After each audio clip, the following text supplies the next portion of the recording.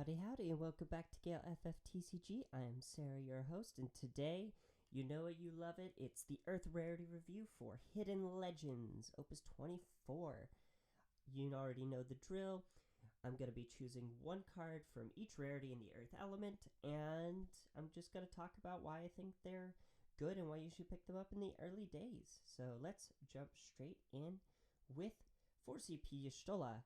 The Theater Rhythm common set has been insane, and I'm really hyped for this, especially because I am building a commons only cube, and I'm always excited when the commons are really good in a set. I'll do a video about that, talking about my process and some of the games that I've had with that, but for the time being, let's just get right in. 4CP 5k doesn't seem great, but an EX burst always makes a card more playable no matter how you slice it. When Y'shtola enters the field, you choose one forward other than card name Y'shtola in your break zone, and you add it to hand. And if there are 3 or more different elements among forwards you control, Y'shtola gains plus 3,000 power, making it effectively a 4CP 8k in the right circumstances. There are a lot of good Y'shtolas. There are a lot of interesting implications of this card. Unfortunately, it doesn't do any one of those things very particularly well. But also, it was the most interesting of the commons, in my opinion, of the new set.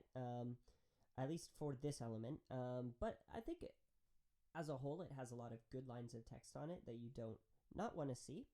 I'm sure that there is probably some deck, maybe some Earth Lightning Scions that maybe wants this. I'm not sure.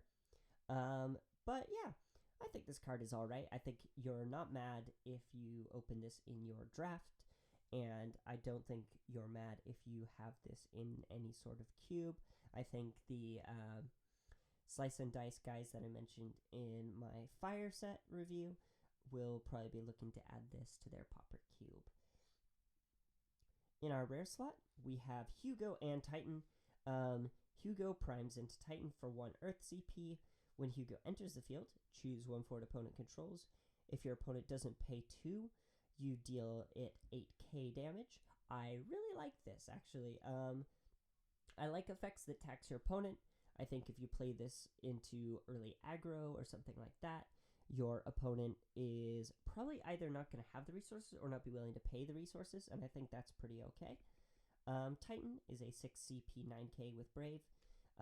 Can't be dull by your opponent's summons or abilities, and when Titan 16 enters the field, or when Hugo primes into Titan, choose a forward opponent controls. If your opponent doesn't pay 3, you deal it 9 damage, and I think, or 9k damage, and I think that is just super great. Not much more to say here. It's just a big body that that's removal, and it's supposed to kill things off. This is a great rare. I don't know if it will even necessarily see play beyond like priming Tribal maybe, but I think this card it's just a cool card. I think it's a good time, and again, I think in Pauper and that sort of area, I think this card will actually excel quite a bit. For our hero slot, we're on 2CP Fenrir, a summon.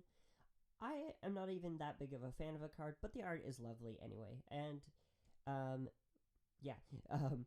With that being said, let's just read the effect anyway. If you cast Fenrir, you may discard 1 card as an extra cost.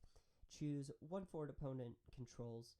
If its cost is equal to the cost of the card discarded by the extra cost, break it and draw a card.